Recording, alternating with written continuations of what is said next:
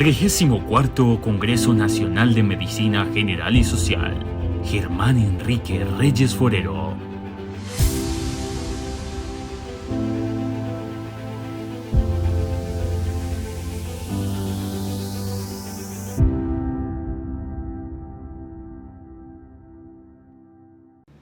Medellín, jueves 17 de noviembre de 2022. Buenas tardes.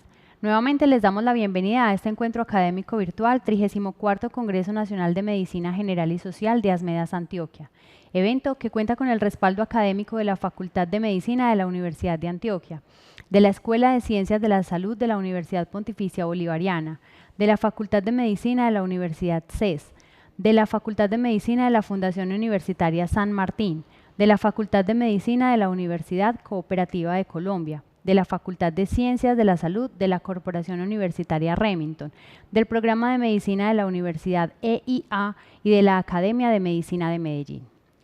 Antes de iniciar la programación académica del Congreso de esta segunda jornada, les informamos que el evento se está transmitiendo por el canal de YouTube ASMEDAS Antioquia y por la página de Facebook de ASMEDAS Antioquia, y que las preguntas o inquietudes que puedan surgir sobre cada tema que se vaya presentando pueden escribirlas en el chat, bien en YouTube o bien en Facebook, para que cada conferencista de turno las vaya respondiendo durante el tiempo en que se está transmitiendo la conferencia.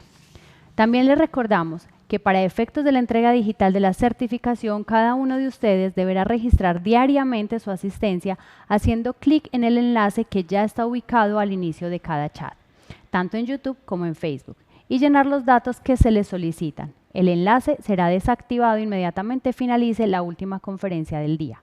Cada día habrá un enlace diferente. La primera conferencia de esta tarde está a cargo del doctor Luis Carlos Ochoa Vázquez, quien nos hablará de cómo saber si el crecimiento y el desarrollo del niño o niña van bien. El doctor Ochoa Vázquez es pediatra puericultor de la Universidad de Antioquia, profesor titular de la Universidad Pontificia Bolivariana y profesor de cátedra de la Universidad CES.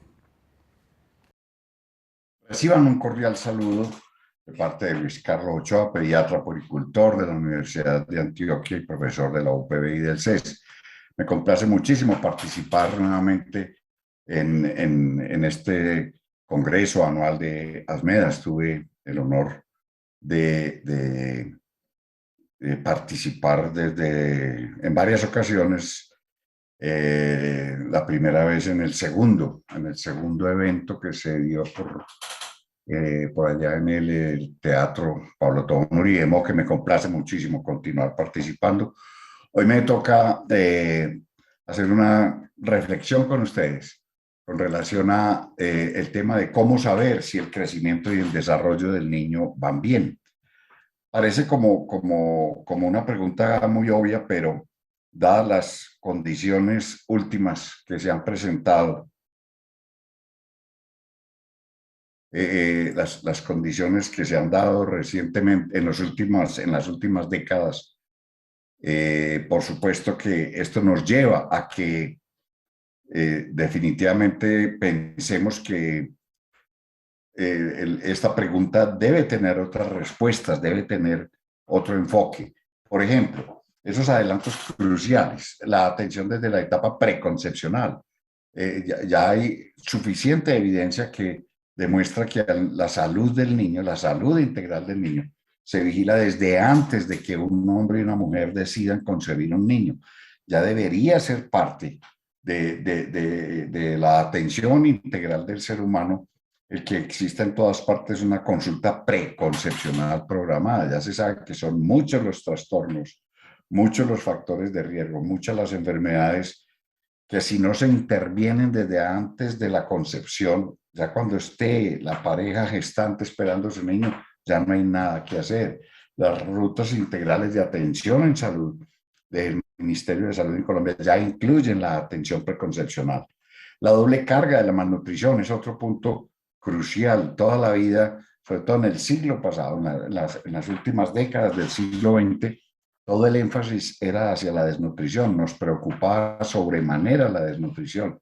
Pero no, hoy en día sabemos que para los niños del siglo XXI, de hecho, estadísticamente hablando, está haciendo más efectos el asunto del sobrepeso y la obesidad. Los adelantos en el neurodesarrollo son increíbles, son inconmensurables, todo lo que en ese sentido se ha avanzado al punto de entender que al niño se le estimula desde antes del nacimiento, el saber ya, como lo vamos a ver a continuación, la importancia de ese acompañamiento inteligente, respetuoso y afectuoso que se debe dar durante los primeros 1000 días de vida. También tradicionalmente se ha insistido cuando se evalúa el desarrollo del niño que la importancia es como en el desarrollo cognitivo, como hacen las mamás cuando van al niño a las reuniones del niño en el colegio, de la niña en la escuela, en el jardín, es cómo va, si va aprendiendo bien, es todo orientado hacia el desarrollo cognitivo cuando ya se sabe que buena parte del buen desempeño en la vida del adulto va a estar determinada por su inteligencia emocional. Los patrones de crecimiento de la OMS, que aunque llevan ya mucho tiempo divulgados, desde el 2016, después del estudio multicéntrico que hizo la Organización Mundial de la Salud, ya en Colombia con la resolución 2465, estos patrones son de obligatorio cumplimiento y tienen la enorme ventaja de que nos dicen con anticipación si el niño va hacia una de esos dos problemas que mencionábamos hace poco de la doble carga de la malnutrición. Los primeros 1000 días, indiscutiblemente, ya es categórico, claro, los avances en neurociencias, la formación de sinapsis, la sinaptogénesis que se dan desde el momento mismo del nacimiento, esos primeros 270 días de la gestación, pero que siguen siendo completamente activas. La neuroplasticidad más activa se da en esos 270 días, pero también en los primeros 365 y los siguientes 365. Es decir, los 1000 días se dan cuando el niño cumple 2 años. Y toda la enorme importancia, todo el peso que tiene esa neuroplasticidad en cuanto a que va a producir cambios que muchas veces van a ser irreversibles y que para bien o para mal se van a manifestar por el resto de la vida de ese niño. Eso está en estrecha relación con lo de la programación metabólica de los primeros años. Ya es un hecho también contundente que el sobrepeso y la obesidad del adulto es algo que se programa desde la niñez. Que cuando estamos hablando de la vigilancia del peso del niño y de su índice de masa corporal, estamos hablando de la de ese niño cuando tenga 40, 50 o 60 años. Y también, volviendo a los cambios cruciales en los últimos años, están los cambios epigenéticos, esa metilación de los cromosomas, que por efectos externos, no por herencia, no por genética, producen esos cambios que de una u otra manera van a quedar ya de carácter irreversible en la programación toda del niño para el resto de su vida. Aquí mencionábamos esta ilustración que es completamente diciente, si ustedes miran cómo la mayor parte, el mayor número de sinapsis en áreas como la visión, la audición, el lenguaje y las funciones cognitivas superiores se empiezan a dar desde el momento mismo de la gestación, llegando al pico alrededor del año. Y miren ustedes que son los 2 primeros años, incluyendo esta etapa de la gestación, sí, donde más influencia hay. Que ya, por ejemplo, se dice que un niño que llegue con desnutrición alrededor de los 2 años de edad, va a ser difícil recuperarle el estado nutricional, pero va a ser prácticamente imposible modificarle su cociente intelectual, que ya a la edad de los 2 años ya quedó marcado, ya quedó con un estigma que lo va a acompañar el resto de su vida. Un niño desnutrido a los 2 años, sí, es probable que nutricionalmente, que orgánicamente lo recuperemos un poco, pero desde el punto de vista cognitivo y afectivo y de establecimiento de relaciones sociales, va a quedar con una secuela que no va a ser modificable. Y ahí entonces la importancia de por qué es necesario interpretar y evaluar de manera constante el crecimiento y el desarrollo de los niños. Mencionábamos lo de la desnutrición, y que no es únicamente la desnutrición del niño, es la desnutrición materna. desde causas básicas como la inequidad, como los bajos ingresos, como el nivel de escolaridad. Un solo año de escolaridad más marca una diferencia enorme entre una familia y otra, entre un niño y otro.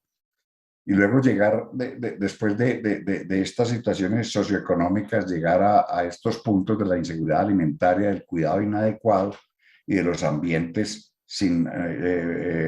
insalubres, que van a llevar entonces a ese ciclo de enfermedad, desnutrición con consecuencias a corto plazo de la mortalidad, la morbilidad y la incapacidad, y a largo plazo la estatura del adulto, su capacidad intelectual, su inteligencia emocional y la predisposición a enfermedades cardiovasculares. Ya es un hecho también categórico que el niño que llegue desnutrido a los 2 años y luego se vuelva obeso o que llegue con obesidad de esa edad y eso no se intervenga, ese niño va a estar expuesto o sometido a un altísimo riesgo de enfermedades crónicas no infecciosas en la vida adulta. Entonces decíamos lo de la consulta preconcepcional. La consulta preconcepcional tiene una cantidad de medidas que previenen y que se pueden intervenir a un costo mínimo.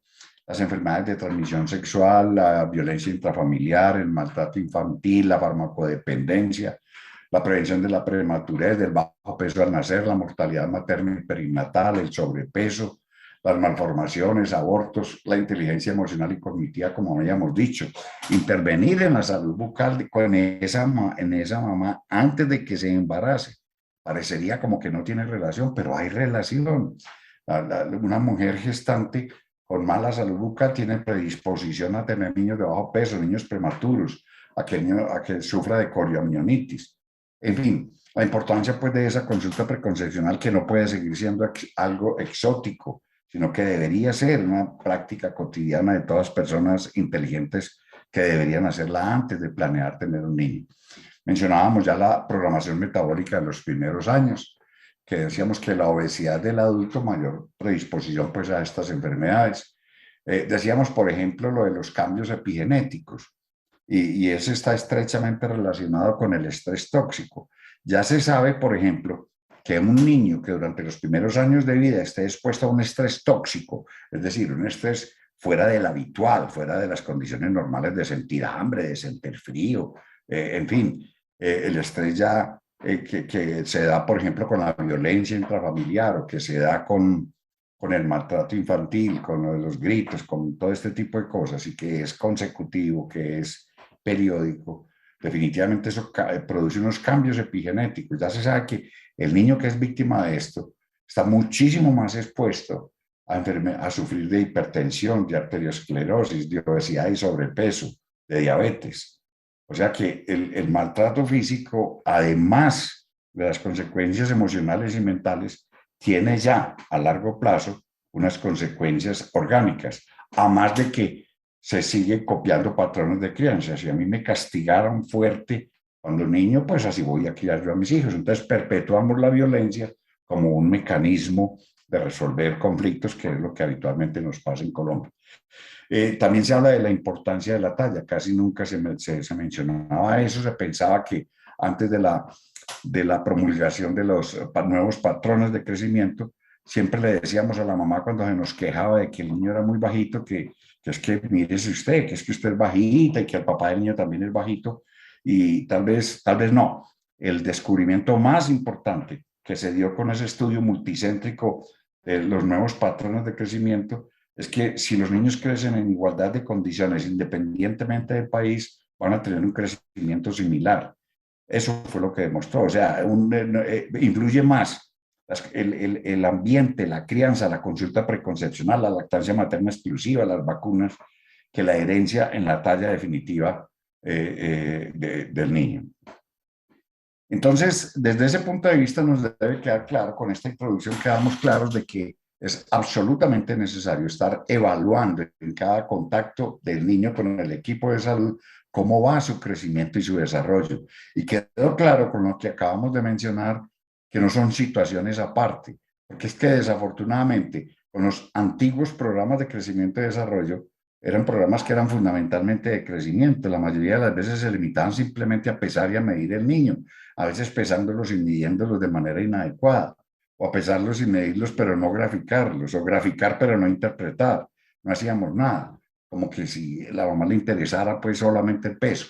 Entonces es importantísimo, repito, con lo que hemos dicho en las diapositivas previas, que va de la mano el crecimiento con el desarrollo.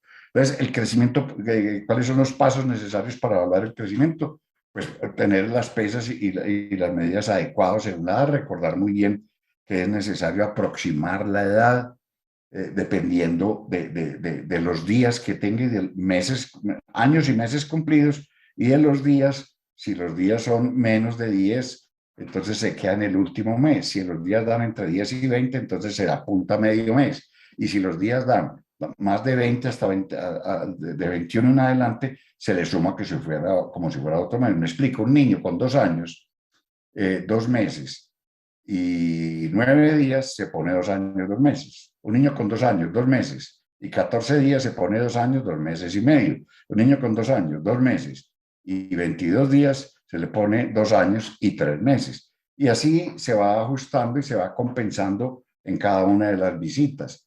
La importancia de hacer siempre los gráficos. Es absurdo que todavía se siga pensando que en los programas de crecimiento solamente se mide el peso para la edad. Y eso se hace muchas veces es porque lo necesitamos para calcular unos líquidos o un medicamento o un antibiótico, pero es algo que es completamente erróneo.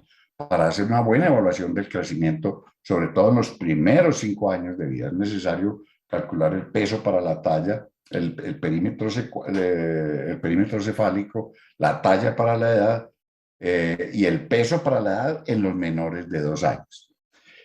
Tener en cuenta los gráficos que sean los correctos, en que peso y talla y índice de masa corporal tengan más 3 desviaciones estándar. Es muy frecuente ver en consultorios que no tienen estos gráficos. A veces esas tablas que regalan las casas farmacéuticas hay que mirar que estén completas porque si no, pues si no tenemos el instrumento adecuado no se va a clasificar adecuadamente. Es necesario interpretarlos y definir un plan terapéutico, pero para hacerle un seguimiento adecuado. Aquí está lo que decíamos de cómo se calcula la edad, ya lo habíamos mencionado, pues meses cumplidos más de 1 a 10 días se ponen solamente los meses, entre 11 y 20 días medio mes y 21 a 29 se suma al mes siguiente. La de los grupos de edad, ¿cuáles son los indicadores? Lo acabamos de decir, en menores de 5 años, hablaremos de 0 a 2 años, es peso para la talla, talla para la edad, peso para la edad y perímetro cefálico. Los niños de 2 a 5 años se les debe medir peso para la talla, se les debe medir talla para la edad y realmente ya no es tan necesario peso para la edad porque la talla para la edad nos da ese dato, aunque la resolución dice que sí. Y la mayoría de los niños, ya después de los 2 años cumplidos, rara vez es necesario medir el perímetro cefálico, sobre todo si un niño que ya ha ido a consultas previas y ya sabemos que tiene un perímetro cefálico que está dentro de lo normal. En cambio, a los niños y niñas de 5 a 7 años, a 18 años, pues 17, se les mide eso, el índice de masa corporal y talla para la edad. Insistía ahorita, les mostraba que es importante que en peso para la talla estén los rangos de +3 y en -3 en peso para la talla y de +3 en el índice de masa corporal. Que se revisen bien, que los gráficos tengan esos indicadores. Recordar aquí muy rápidamente que desde el punto de vista de desnutrición aguda, el gráfico más importante es el de peso para la talla. Aquí lo vamos a ver, por ejemplo, entender siempre, y esto se le debe explicar a los padres desde la primera consulta, que lo habitual es que el rango del niño esté entre -1 y +1, que si da entre 1 y 2 es riesgo de sobrepeso, entre 2 y 3 sobrepeso y por encima de 3 obesidad. Y que si da entre 1 y 2 es riesgo de desnutrición, entre -2 y -3 desnutrición, y por debajo de menos desnutrición es desnutrición grave, una verdadera emergencia. Esto es supremamente importante. Cualquier padre de familia lo entiende si se lo explicamos, si le explicamos cuáles son las condiciones.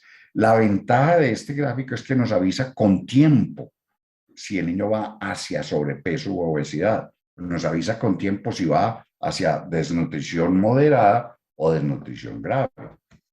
En talla para la edad, también recordar que solamente nos interesa es de -1 para abajo, que lo normal es de -1 hacia arriba, como muestran aquí las flechas, es todo normal. En cambio, riesgo de talla baja entre -1 y -2, está en amarillo, y en rojo ya de -2 hacia abajo, que es también importante pues detectarlo para ver si hay una causa que sea intervenible. El perímetro cefálico fundamental con las condiciones que les decía, este es más fácil de interpretar, que no nos dé nunca por encima de +2 ni por debajo de -2, porque eso nos indicaría sospecha de problema en el desarrollo. Nunca usar peso y edad para clasificar ni sobrepeso ni obesidad. Esta es la tabla que tal vez menos útil es si lo vamos a hablar desde el punto de vista práctico. Sin embargo, es la que muchas veces es la única que se usa en la consulta, por lo menos en la consulta prioritaria y en urgencias. No debería ser así. Recuerden que lo único que nos dice es entre -1 y -2 es desnutrición global y de -2 hacia abajo es nutrición global propiamente dicha, pero de -1 para arriba no nos indica nada. Por eso insistimos, nunca, nunca decir que el niño tiene sobrepeso o obesidad usando esa tabla. Para eso usamos peso talla o usamos el índice de masa corporal, como lo vemos aquí. Entonces, en el índice de masa corporal nos va a decir de +1 a +2, riesgo de sobrepeso, entre 2 y 3 sobrepeso y por encima de 3 obesidad. No aplica de -1 hacia abajo, sí, de -1 hacia abajo. En ese caso utilizamos la de peso talla. Y por eso, en general, la resolución dice, el índice de masa corporal de 2 a 5 años no se debe tomar si se toma el peso para la talla, que sí nos va a permitir clasificar también para arriba como para abajo. Tener en cuenta, de los 5 a los 17 años, las que ya mencionábamos, talla para la edad, índice de masa corporal para la edad, que nos indica esto. En índice de masa corporal ya no nos habla de riesgo de sobrepeso o riesgo de desnutrición, sino que nos habla normal si está entre -1 y +1, sobrepeso entre 1 y 2 y obesidad de +2 hacia arriba. Y nos habla de riesgo de delgadez entre -1 y -2 y delgadez por debajo de -2. Tener en cuenta pues que son tablas, además de que son específicas por sexo, son 3 grupos de tablas dependiendo de la edad, de 0 a 2, de 2 a 5 y de 5 a 17. En talla para la edad, en este grupo, pues también, como decíamos, talla adecuada de -1 hacia arriba, entre 1 y 2, riesgo de retraso en la talla, y de -2 hacia abajo, ya definitivamente retraso en la talla. Pero en esto no basta esto, es importantísimo, un valor absoluto no nos dice nada. Siempre es necesario ver la tendencia en la curva. En el tiempo, ¿cómo va esa tendencia? Aquí tenemos algunos ejemplos que son de la vida diaria. Por ejemplo, aquí en el ejemplo 1, una niña, perdón, que en el peso para la talla se ha medido en varias ocasiones. Y ustedes ven que es una tendencia que va entre lo normal. Mire que esta línea unas veces un poquitico arriba, un poquitico abajo, pero si trazamos una continuidad, miramos que va a seguir en este corredor, miremoslo aquí adelante, entre -1 y +1. Mientras vaya así, va muy bien. En cambio, el 2, el ejercicio 2, vemos que es un niño que podría ser normal, por ejemplo, si fuera un niño prematuro, pero tenemos que ver que la tendencia es a subir. Cuando me llego a este punto que mostramos aquí, ya yo tengo que intervenir. Me da dentro de lo normal, pero si yo hago una proyección de que si el niño sigue así, al hacer la proyección vemos que me va a mostrar que se va a pasar de +1 y que si va a seguir así va a ser +2. O sea, ese niño tiende a que en el próximo control nos dé con riesgo de sobrepeso y si no intervenimos después nos da sobrepeso y más adelante nos va a dar obesidad. Igual situación se presenta con los de abajo. Muy, muy preocupante cuando, por ejemplo, este caso 3, el niño venía bien, pero aquí nos dio plano, aquí algo está pasando. Una enfermedad crónica, una enfermedad recurrente, una infección oculta, en fin, y aquí ni se diga. Entonces es fundamental, es esencial no simplemente interpretar un valor absoluto en un momento determinado, sino ver la tendencia del gráfico. Aquí por lo menos vemos en la talla parada, vimos por ejemplo, este es un niño, este es un prematuro, que obviamente nos da por debajo en la talla porque fue prematuro, pero miren aquí ya a los 2 meses y medio cómo se va normalizando su talla y mientras siga por ese rango todo va a estar bien. En cambio, este es un niño que venía muy bien, pero aquí pasó algo, mire que ya cambió, o sea, pasó de -1 hacia abajo, ya con riesgo de desnutrición. Entonces, aquí hay que mirar y preguntar qué pasó en la comida, qué pasó en el ambiente de la casa, qué enfermedades tuvo mientras vino del anterior control al que viene ahora. En el perímetro cefálico también, lo que decíamos ahorita, la importancia de estar atentos con la tendencia de la curva. Eso es fundamental tenerlo en cuenta. Lo mismo pues en el índice de masa corporal. Y ya desde el punto de vista del desarrollo, pues por supuesto que el desarrollo es multicausal, influye la nutrición, la salud, el aprendizaje temprano, los cuidados adecuados, la seguridad y la protección que se le dé al niño.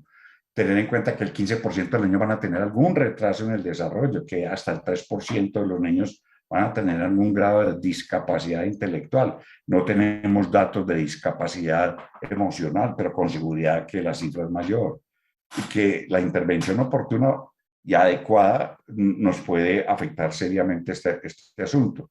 Por eso es importante evaluar el desarrollo, que hay en general dos grupos grandes de herramientas para evaluarlo. Una escala de tamización, que son esas escalas rápidas que utilizamos, la que se utiliza, por ejemplo, en la estrategia IEPI o en la escala abreviada del desarrollo. Y hay otros test más sofisticados que sí requieren que sean aplicados por personal más técnico o ya por psicólogos o psiquiatras. Tener en cuenta que el desarrollo social va desde la niñez hasta la adultez, y ya dijimos que el tener o no buenas adaptaciones sociales va a depender de las intervenciones durante los primeros 1000 días de vida. Eso es, sí que es decisivo en esto del desarrollo. En la escala de vida del desarrollo 3, que es la que está vigente en Colombia, que es obligatoria, que se debe aplicar en todos los servicios de salud, esta es una escala que nos lleva a clasificar el riesgo del niño, si está en riesgo o si tiene sospecha, y utiliza la semaforización. Nos dice si el niño tiene un desarrollo adecuado para su edad, si tiene un riesgo en su desarrollo, nos da en amarillo, o si hay una sospecha de problema en el desarrollo. No nos está haciendo diagnóstico, eso es importante. No nos está diciendo que el niño tiene un retraso en el desarrollo, ni que es retardado, ni muchísimo menos. Utiliza los 12 rangos de edad que van desde el nacimiento hasta los 7 años, y utiliza las cuatro campos o áreas del desarrollo, que es el motricidad gruesa, motricidad fina adaptativa, la audición del lenguaje y el personal social. Es importante tener en cuenta que se evalúan en total 36 ítems de acuerdo a cada campo. En la motricidad gruesa son 36, fina adaptativa 36, el lenguaje y audición 36 y personal social otras 36. En total son 144. Se debe contar con entrenamiento previo. Se exige que haya una capacitación previa, teórica y después práctica, para hacer el ejercicio adecuado de la aplicación de la escala de vida del desarrollo. Cada uno de esos ítems nos va dando un puntaje dependiendo pues del rango de edad y del área que estemos evaluando, y nos va a dar un puntaje directo. Ese puntaje directo se pasó luego a un puntaje típico y se lleva a una escala en donde cada puntaje típico se lleva de acuerdo al puntaje típico, de acuerdo al área en que se dio. Entonces nos va a clasificar, ponemos una X, bien sea en el área roja, en amarilla o en verde, y dependiendo de eso, hacemos ya la referencia del niño de acuerdo a como lo dicen las rutas integrales de atención en salud, específicamente en la evaluación del crecimiento. Tener en cuenta que son unos hitos, tener en cuenta que si bien es cierto, en una consulta del niño enfermo no podemos aplicar la escala abreviada del desarrollo, eso requiere que sea en esa atención integral de la primera infancia, pero en una consulta común y corriente sí podemos evaluar unos hitos, como se viene haciendo ya desde hace 25 años en la estrategia IEPI. Es decir, que un niño de 4 meses que no sostenga la cabeza nos debe dar una alarma de que algo grave anda ahí. Que un niño de 6 meses no se sostenga sentado sin apoyo, pues hay un problema. Que un niño de 8 meses no se siente solo, que un niño de 6 meses no balbucee, que no pase objetos de una mano a otra, que el niño a los 2 o 3 meses no se sonría. Es decir, unos hitos que toda persona, que todo médico que atienda a niños debe conocer y que debe evaluar en todos los contactos que tenga el niño con el equipo de salud. Y es aquí entonces donde, utilizando IEPI, lo clasificamos, volviendo a la semaforización, si es un problema de retraso en el desarrollo, si es un riesgo o si es un desarrollo normal, que como les decía, ya lo categórico y obligatorio en Colombia, en todos los servicios, en todos los servicios de salud, es la aplicación de la escala abreviada del desarrollo. El ministerio también agrega aquí lo que llamamos el ABGA familiar, que también es un cuestionario que lo resuelven los padres de familia del niño, muy sencillo, que tiene unos puntajes y da una visión, permite determinar si en el ambiente del niño hay riesgos de problemas en su desarrollo, si es un ambiente hostil o si por el contrario, si hay, por ejemplo, violencia intrafamiliar, si hay maltrato infantil, si hay actitudes de machismo y de patriarcado que van a influir negativamente en la familia y muy específicamente en el niño.